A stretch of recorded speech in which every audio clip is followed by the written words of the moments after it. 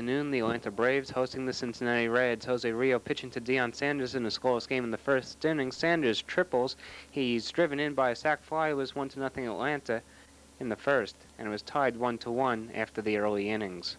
Bottom of the fourth inning, and Terry Pendleton would score on this Greg Olson line drive single. Glenn Bragg's throw is way off, and it's a 2-1 Atlanta lead. That was the score through the middle innings, and who or what are you? Bottom seven, Atlanta makes it a 3-1 ball game as Rafael Belliard delivers a hit-and-run RBI single. Otis Nixon scores. Then it's Mariano Duncan in the top of the eighth inning delivering an RBI single as Glenn Bragg scores. Atlanta leads it now 3-2. Now to the ninth, 2 away. Kent Merker in relief, and he faces Chris Sabo, who flies out to David Justice to end it. Atlanta wins 3-2. Charlie Leibrandt 1-1. Jose Rio 0-1. Kent Merker with the save.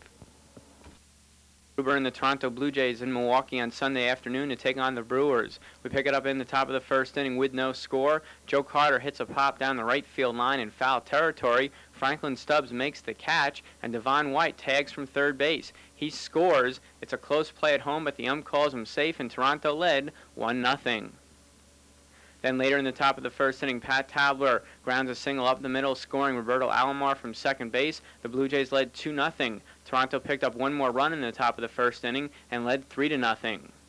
Then in the bottom of the fourth inning, with Toronto leading 3-1, Greg Vaughn lines a double to left center field, scoring Franklin Stubbs and Jim Gantner. This tied the score 3-3.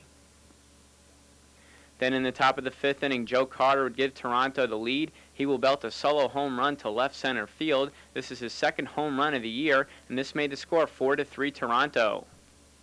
The Blue Jays would increase their lead to 8-3, but in the bottom of the eighth inning, the Brewers score 5 runs to tie the score. Here with the score 8-3, Jim Gantner grounds a single up the middle, scoring Gary Sheffield and Franklin Stubbs. This made the score 8-5.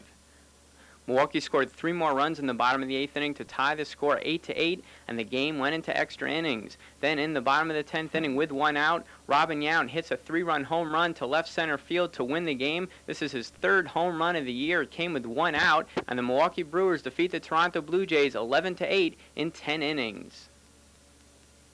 In Chicago, the White Sox are hosting the Detroit Tigers. Scott Fletcher was the star of the 3rd inning. Here in the top of the 3rd, he makes a great diving play on the ground ball by Lou Whitaker and gets up to throw him out. There was no score in the game at this time, and then in the bottom of the 3rd, Fletcher comes to the plate with a man on base, and he drives a triple over the head of John Shelby all the way to the wall in right center field. That will score Ozzie Guillen and make the score 1-0 White Sox. Chicago was leading 3-1 in the top of the 8th inning when Cecil Fielder came to the plate, and Fielder hits his 2nd home run of the season.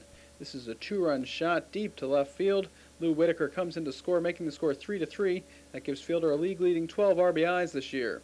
The Tigers later took a 4-3 lead, but in the bottom of the 9th inning, Chicago came back and tied it at 4, and then Lance Johnson hit a single up the middle. That scored Scott Fletcher and gave the White Sox a 5-4 victory. In rainy Three River Stadium on Sunday afternoon, the Pittsburgh Pirates host the Chicago Cubs. George Bell batting in the top of the 8th inning, Chicago winning 3-2. George Bell doubles to right center field. It plates Mark Grace all the way from first, 4-2 Cubs. They lead 6-2 in the same 8th inning, and Eric Pappas gets his first Major League base hit. Gary Scott scores 7-2 Cubs in the 8th. Bottom 8, and Orlando Merced would get a 2 RBI triple on this play. Jose Lind and Lloyd McClendon score to make it 7-4 Cubs. In the same 8th inning, Bobby Bonilla at the plate. He smacked his 2nd home run of the year, a 2-run shot, to make it a 1-run game, 7-6 Cubs in front through 8. On to the 9th inning of play, where the Pirates tie up the ball game. Ex-Cub Gary Varsho at the plate against Dave Smith.